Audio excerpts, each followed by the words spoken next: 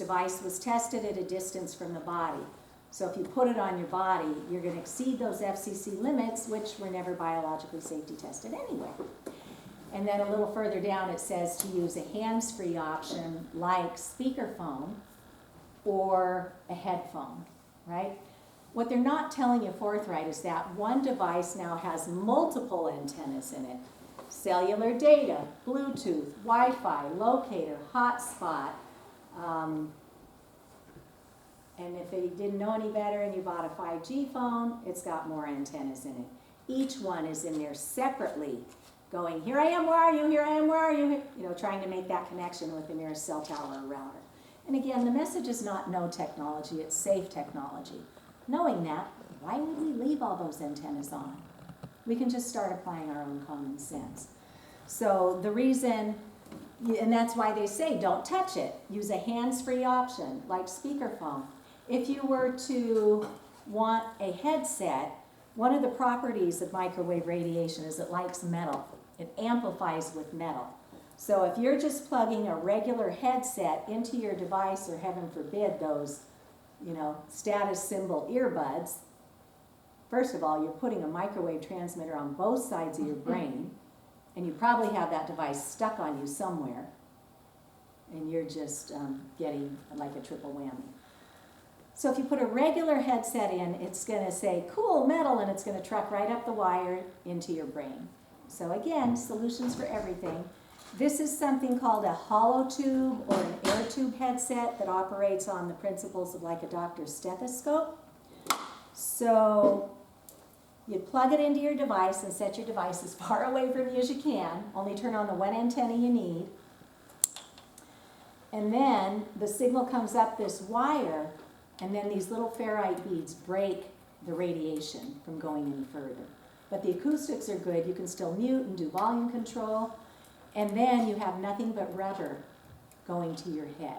No metal. I saw one of these that had magnets on it so you could hang it around your neck. And my first thought was, hey, that's cool and handy. And then I went, wait, you don't want to put a magnet up to your brain and transmit radio frequency. That's a bad idea. So it's not going to break the bank, 20 or 30 bucks. There are companies like Less EMF that sell devices like this for pretty cheap money.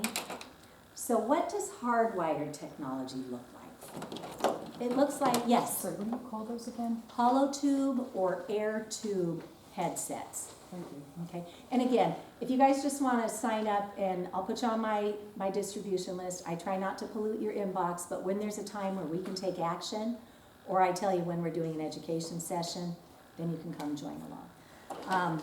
This is how we used to hook up, right? Can you tell me what this is? Cat 5. Yeah, it's an Ethernet cable. Cat 5, Cat 6, Cat 7 now.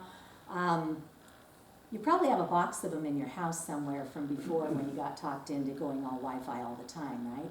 So I went down to the box in my basement, I flipped my router around, and I plugged it back in. And then you just run Ethernet cables to your devices. Who knew? For like 20 or 30 bucks, this is the Lightning to Ethernet adapter. And now I can plug it into my phone, turn off all the antennas, and whatever I do on the internet, I can do safely. Who knew? I honestly don't use my cell phone very much, just airplane mode all the time. People know to get me on my landline at home, which the industry came in and tried talking us out of having to make them maintain the copper landlines that were so good here in the Northeast. If we got a blizzard or a big storm that took out our power, we could still call for emergency services because we had copper landlines. Industry's been telling our towns, oh no, no, no, no. The way to go is to bundle everything together, phone, internet, cable, woohoo! Big cost savings for them not having to maintain those reliable landlines. What happens now if we lose power and everything's wrapped up into something that runs off of electricity? If you don't have a backup generator, if you don't have a way to charge your cell phone, and we lose power for 36 hours, you can't even call for emergency services. That was a huge lesson with Hurricane Maria, with the fires out in California. Our communication system should not be stuck above the ground. They should be hardwired to the premises, not these wireless systems that we've been talked into. So many households have more than one device that they'd like to hardwire. The back of your router usually has several ports, so you could just, electricians know how to run these wires if you're not a do-it-yourselfer. But there's also something called an Ethernet switch, and you can think of it as like an extension box for electronics. So you plug in one main cable from your router, and then you just get little cables for each one of your devices, plug it in, and then get adapters if your device doesn't have, just a regular Ethernet jack in it anymore, Ethernet port. So we can fix anything. So for example, when my daughter went down to the University of Delaware, she had an iPhone. These things always get dropped and broken, and she had learned to buy the insurance policy on it. So she contacts me and says, Mom, I broke my phone. They're going to send me a new one, but something went hinky, and they're sending it home to Ashland, Mass, instead of down to Delaware. When it gets there, will you send it to me? I said, ooh, okay. A little mommy blackmail moment, right? I said, under one condition, if you promise me you will hardwire your technology, because now she lived in an off-campus apartment. And my husband's over there going, you're mean. And I'm like, look, we know scientifically children are especially vulnerable. They're still developing till they're 25 or 30, right, biologically, and their brains.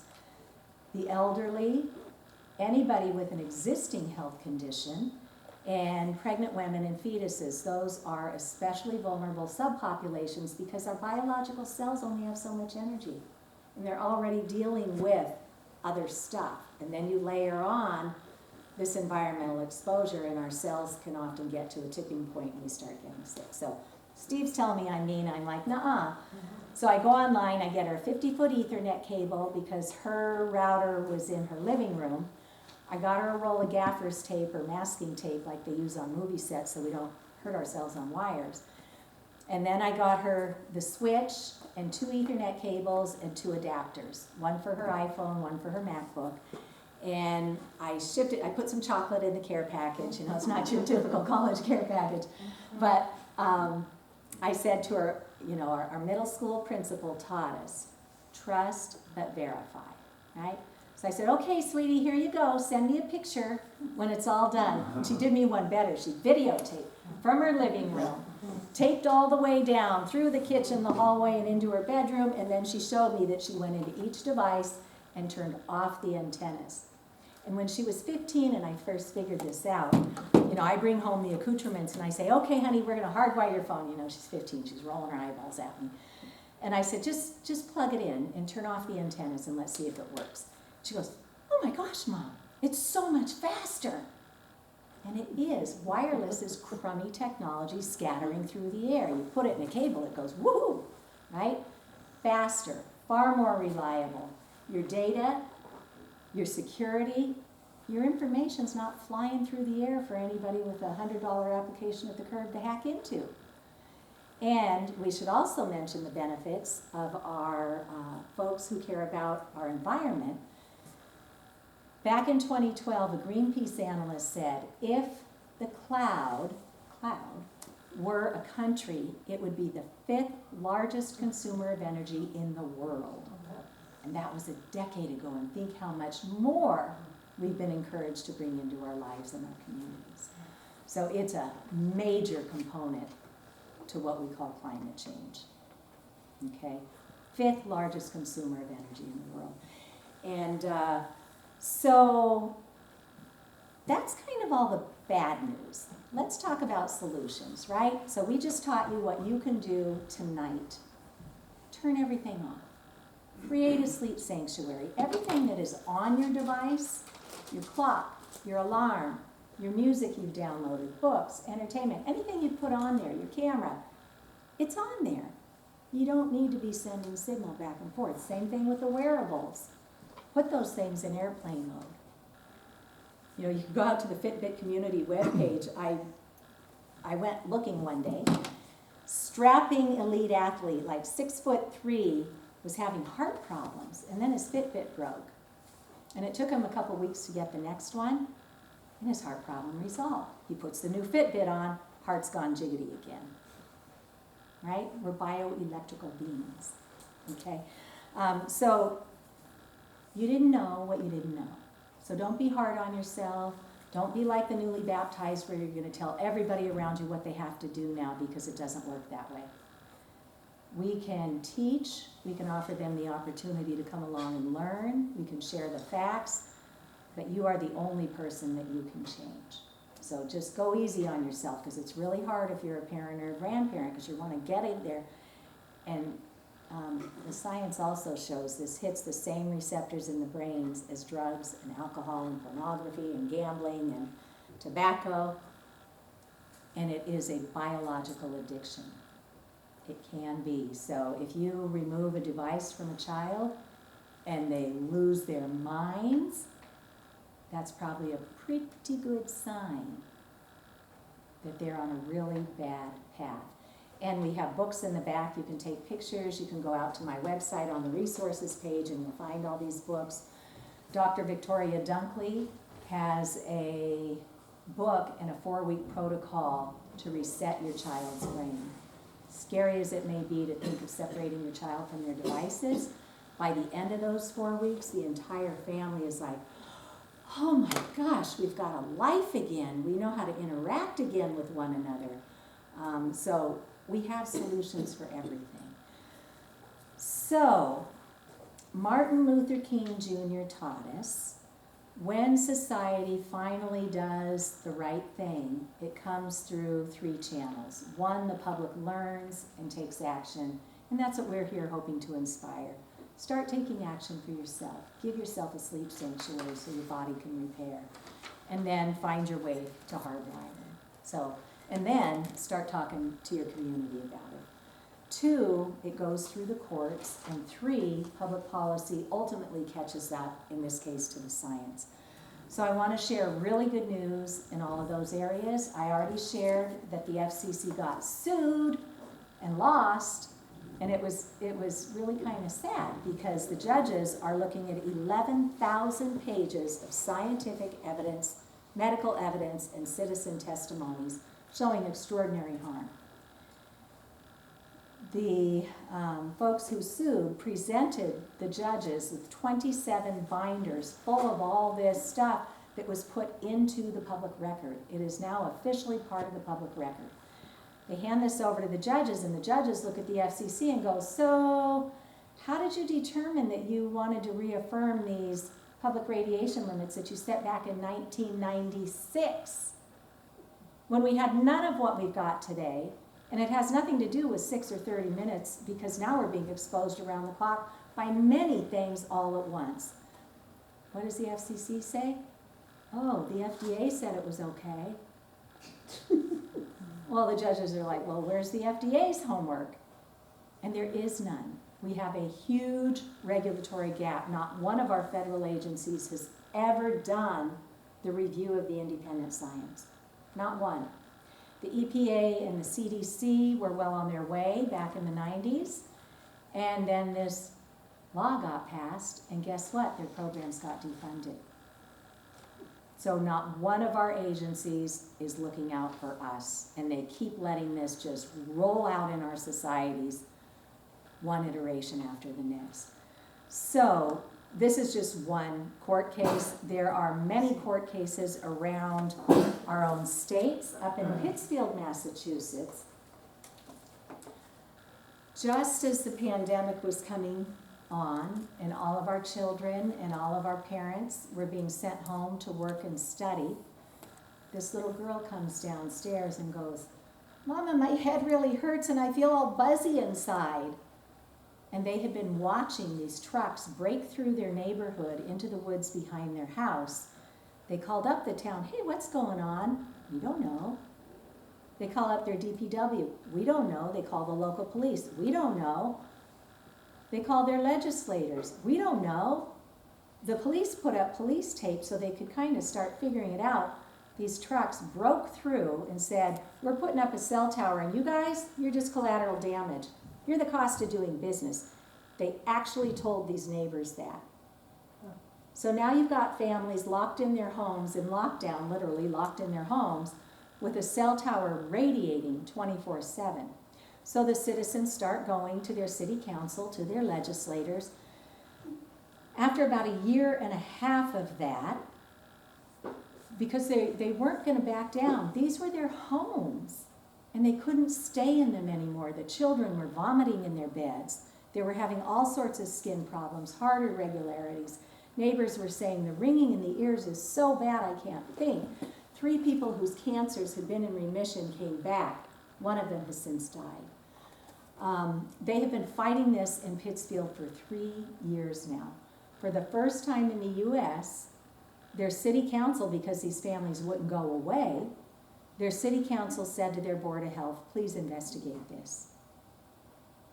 And the Board of Health spent 15 months speaking with the doctors who gave the diagnoses of electromagnetic illness, speaking to the world's leading scientists, speaking to engineers who could explain to them what this technology is doing and where, and speaking with the industry. So the industry brought in this PhD physicist from Pennsylvania, who sounds like, wow, he's a physicist and a PhD, he must know what he's talking about. He's saying there's no harm from microwave radiation, that the FCC limits are just fine. So what does the Board of Health do? Well, Bobby Orsi is a nurse. She was there when GE was polluting their environment with PCBs, so she was recognizing this corporate playbook. She goes and investigates, and her team at the Board of Health investigate this Dr. Eric Swanson. He has never published one study on the effects of radio frequency. He specializes in quarks or something.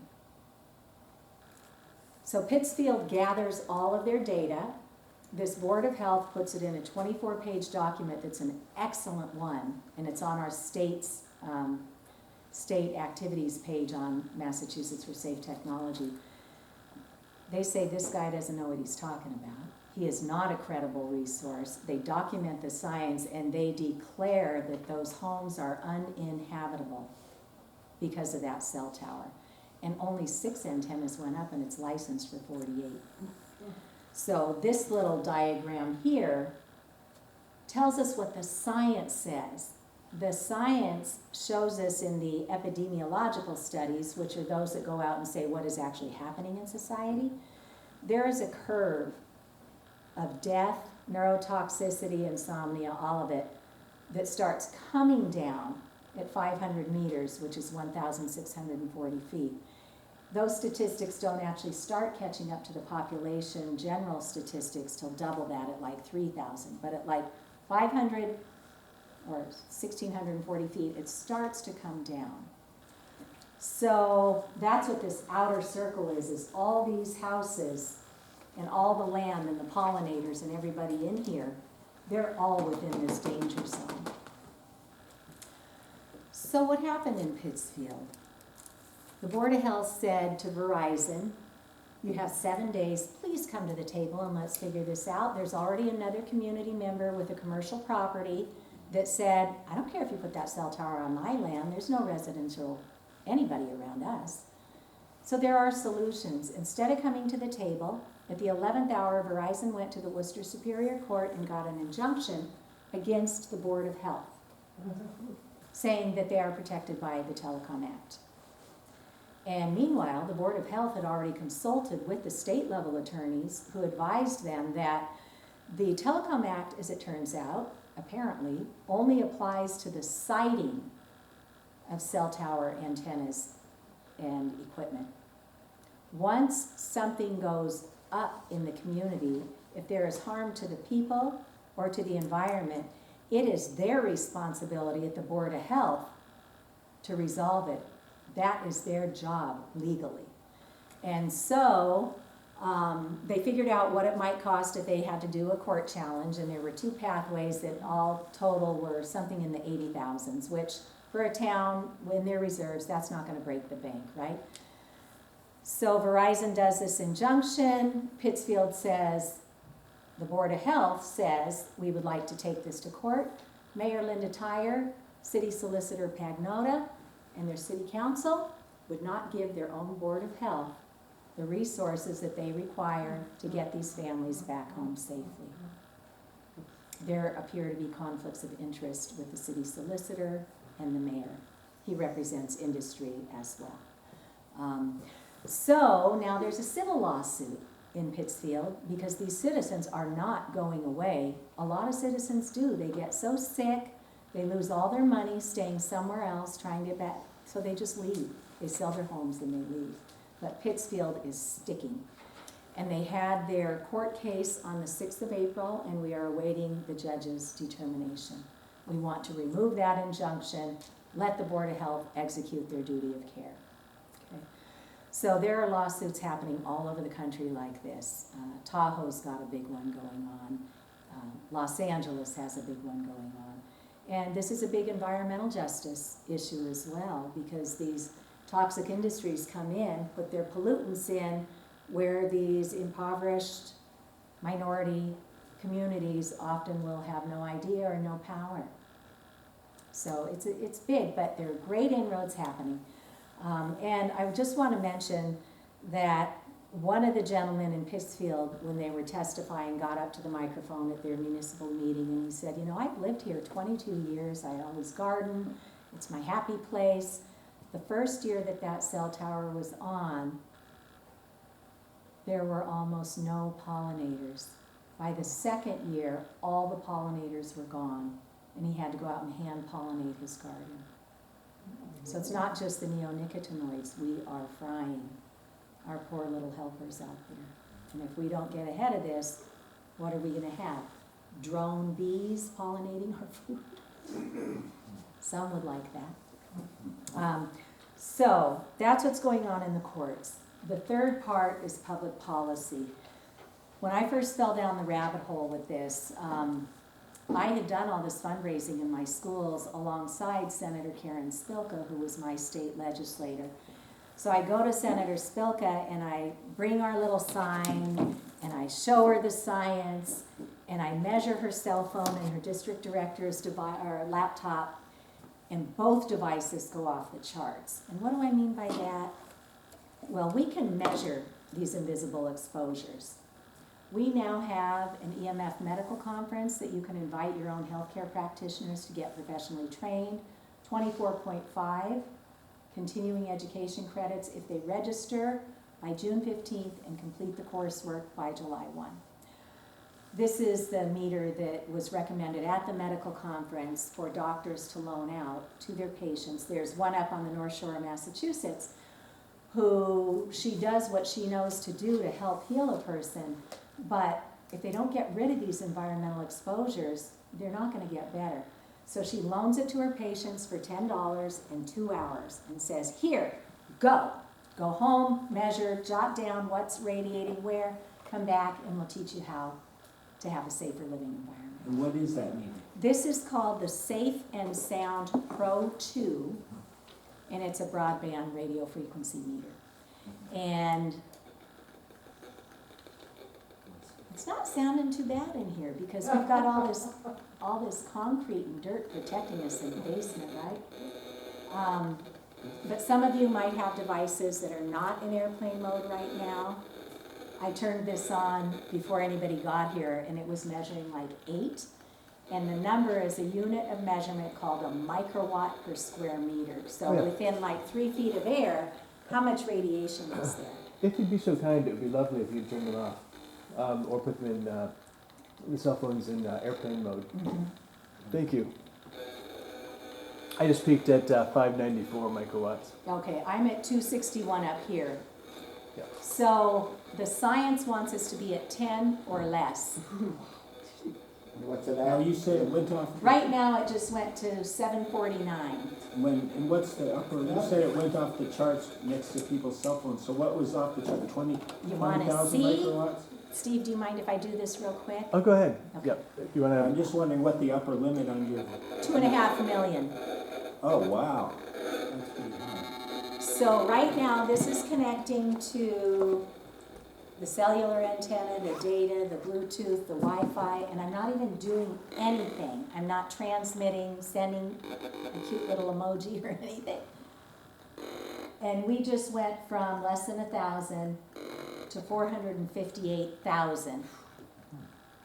And sometimes when I turn this on, it jumps up to, well, here we go now. We're at 1,030,000. because I put it right on top of the phone. Oh, we just went to 2.5 million. That's the max. That's the max, so it's probably more than that. So I'm going right back into airplane mode.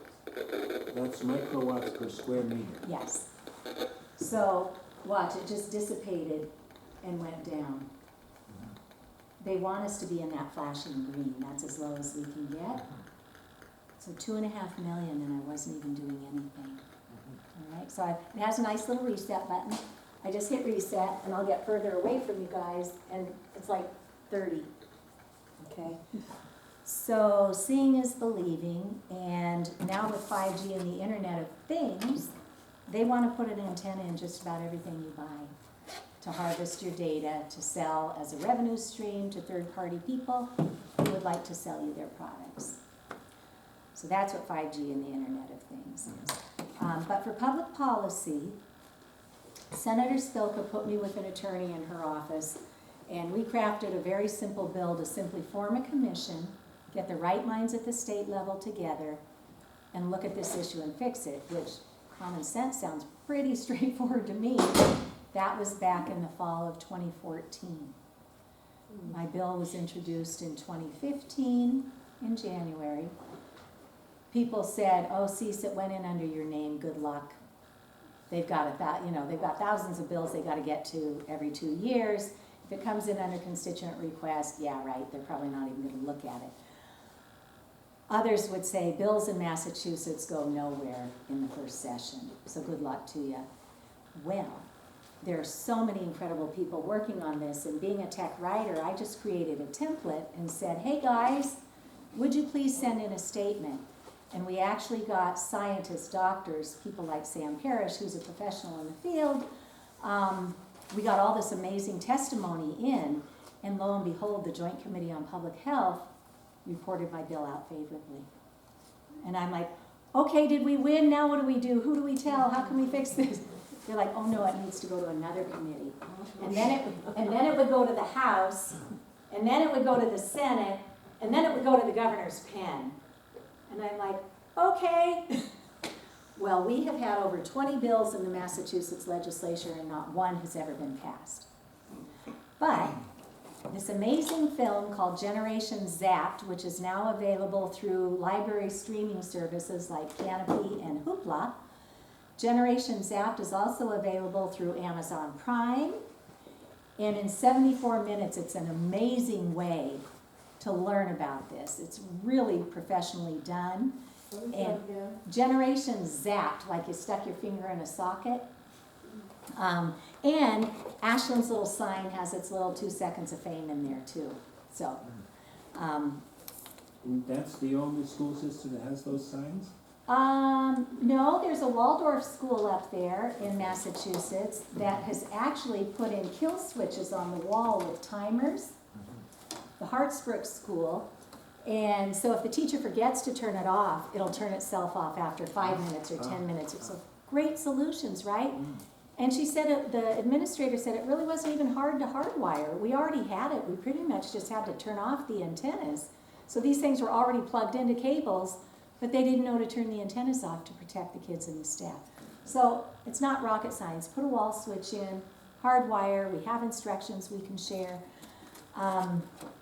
So we're doing a screening of this up on the North Shore at a charter school where the art teacher got sick from the radiation, and she had a lovely principal who said, well, of course we're going to turn off that router in your room because you're an art teacher. You don't even need it.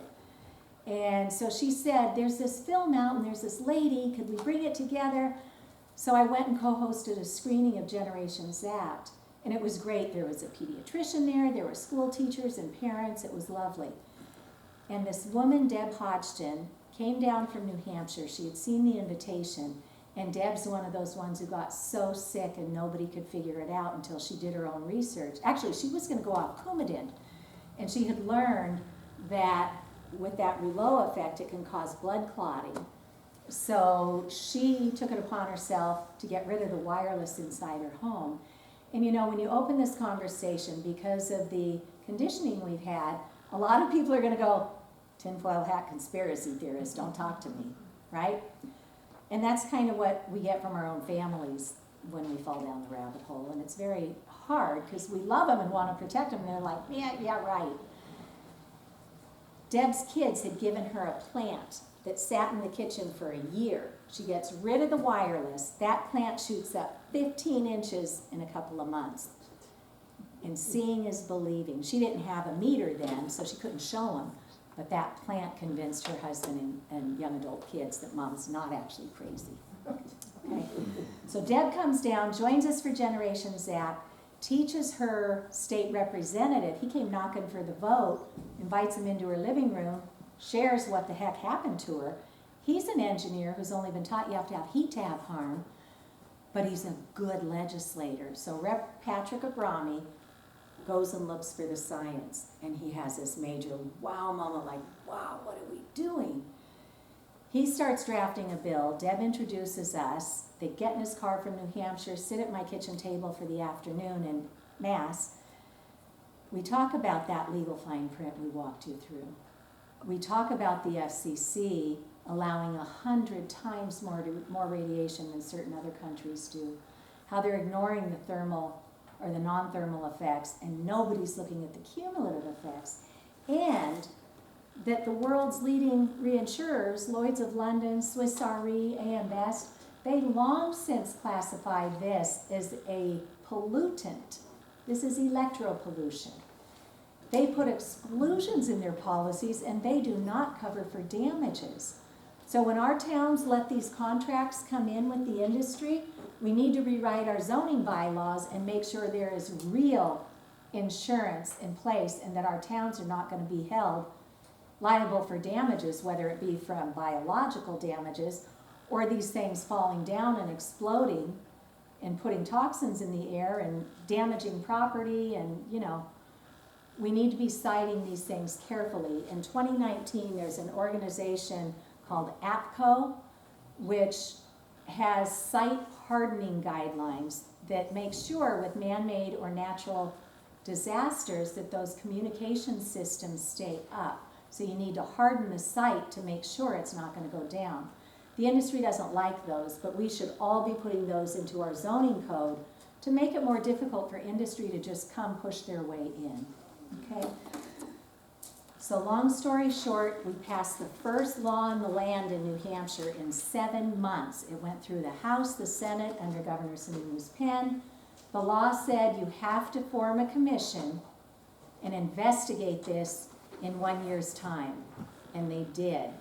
And they document the conflicts of interest with the industry, the FCC, the FDA, and they make 15 recommendations to move away from wireless. It is no longer advanced technology. Hardwired fiber optics or high-speed cable to and through the premises, just hooking up inside, is what our community should be doing. And that's why in Sheffield and Great Barrington last night, they got town warrant articles passed to say, until the FCC responds to this lawsuit and does the investigation and brings science and policy in line, we're putting a pause on any further applications for wireless build-out. So every one of you might consider doing this with your towns. And there are so many great resources out there. This one for our towns is called Reinventing Wires, the Future of Landlines and Networks. And it's free and online. You can print out the PDF. Your towns and your town attorneys should all be looking at this. There's a group called Americans for Responsible Technology, and they have a whole toolkit just for you. How to start this conversation in your community. Have a screening with your loved ones. They have letters to the editor. They have sample ordinances for your town. They have checklists for your town. Everybody's done all the hard work, but it doesn't get done if you don't make it happen. There's no cavalry coming. The industry is pushing their way in town by town with cell antennas, like poor Liberty and her husband have 200 feet from their home. And it's all over the place. So we can open this up now for questions. Can I Yes. just talk about the smart meter issue Sure. for a couple minutes?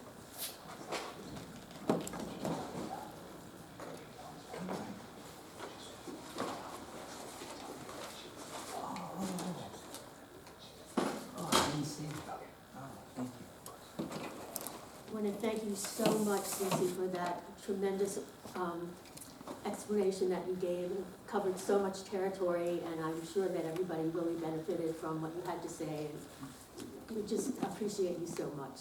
It's an honor.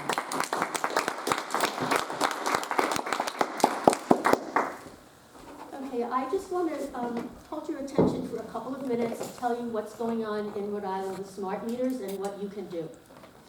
You might be aware, our new utility company in Rhode Island for electricity and gas is Rhode Island Energy. And this past fall, they submitted a proposal to the Rhode Island Public Utilities Commission to roll out so-called smart meters in every home and business across the entire state next year. So this is a proposal with a huge plan that they, a very long,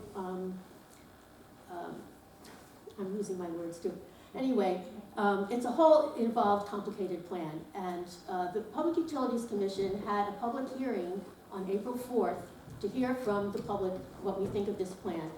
And because I'm on a lot of different Zoom calls with people from all over the country, I was able to gather testimony from numerous people to provide oral testimony during the hearing and also written testimony with a lot of evidence and attachments. So the Rhode Island Public Utilities Commission has all of this evidence as to why this would be a terrible idea for Rhode Island. This is not new technology. It was rolled out in other states, for example, California, more than 10 years ago, and it's been uniformly found that it's a disaster. So so the Public Utilities Commission is accepting written testimony on this docket until July 13th, which gives you time to look into it and to figure out for yourselves what you want to do. And I hope that you will write to the Public Utilities Commission and tell them why this would be a terrible idea and we don't want it here. So what I'm going to do now is I'm going to read the 3-minute oral testimony that I made at the Public Utilities Commission so you can get an idea of what is wrong with these smart meters. Okay, so I said, I'm here tonight to convey my objection to Rhode Island Energy's plan to blanket Rhode Island residences and businesses with what's called advanced metering functionality, AMF devices, which I'll refer to as smart meters, although these are anything but smart. For anyone who delves beneath the surface of Rhode Island Energy's assurances of the safety and security of these meters, it should be clear they are neither safe nor secure. The public needs to be made aware of the many and serious flaws of these smart meters.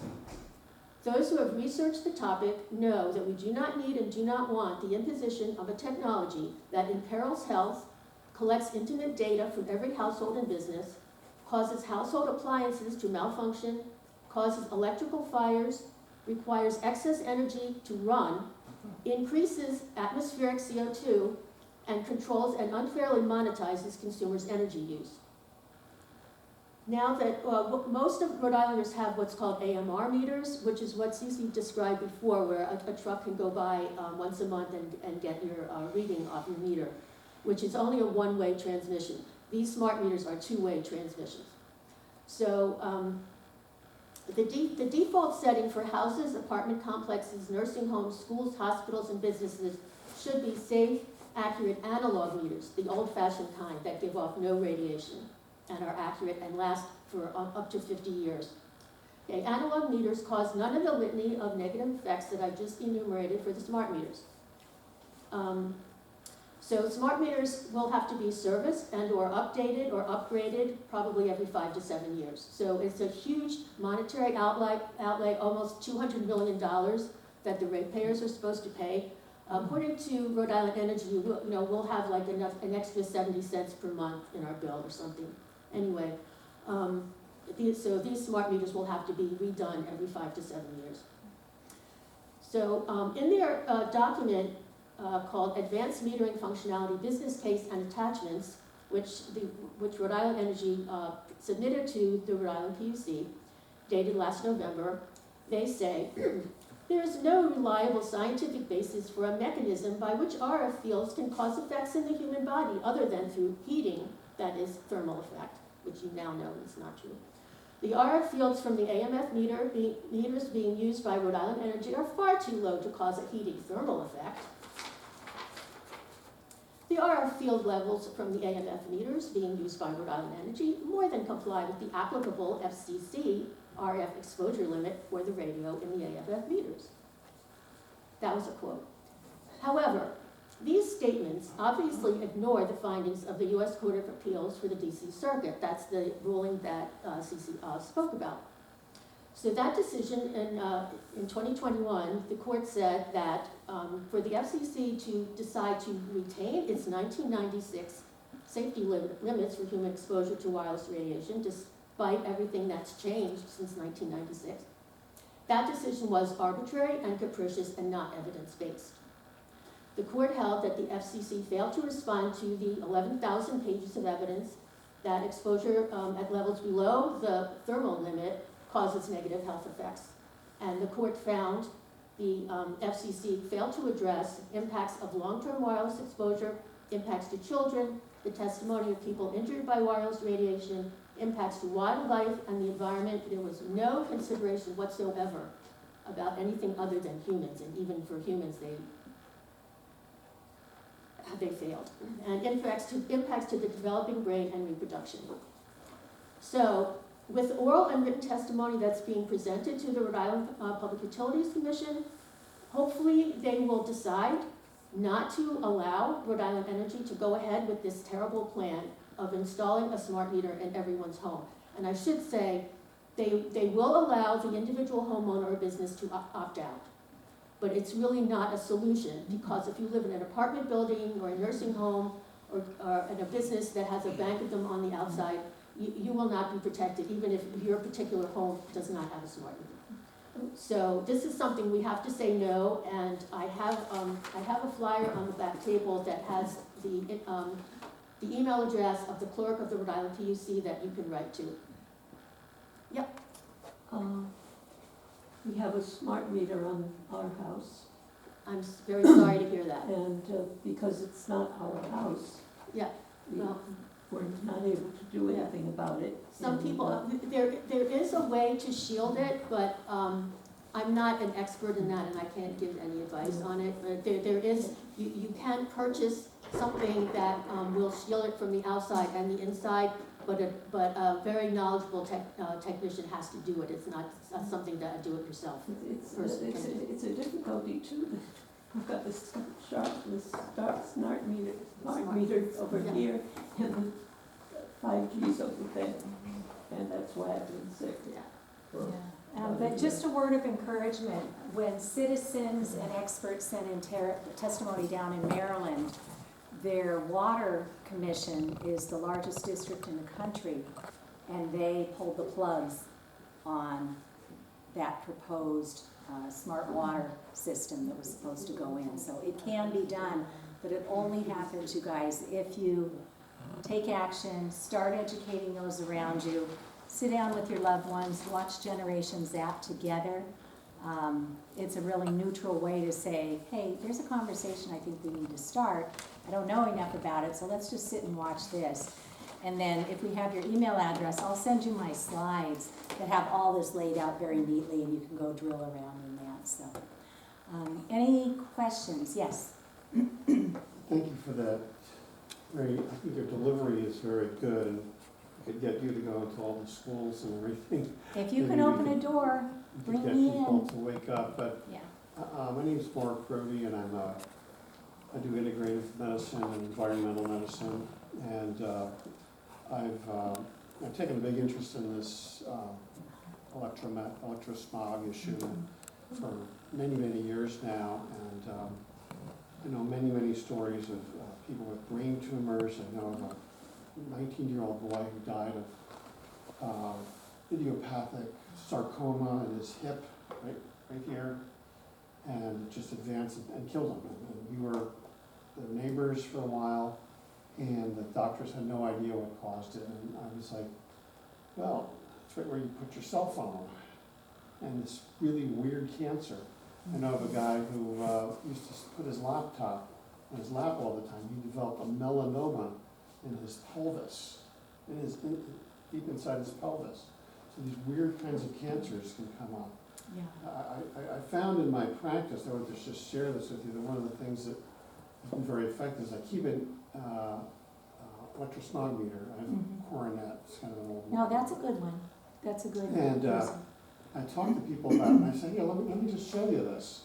And I put it up near my cell phone, near my computer, and then I move it elsewhere, and they see it start to light up. And I get into the red zone when I get near, and they're like, okay, seeing is believing. Yeah, But that's one of the problems, is that people, they don't see it, they don't feel it, and they don't want to think about it because it's a nuisance. So I don't know if you're the one to ask this, but one of the questions that I've had that has never been satisfactorily answered for me is, why is it that some people seem to be so electrosensitive, whereas others have no symptoms whatsoever, at least not immediately? that is an excellent question, and I highly recommend as a licensed healthcare practitioner that you attend that EMF medical conference. Again, you have to register by the 15th of June and complete it by July 1.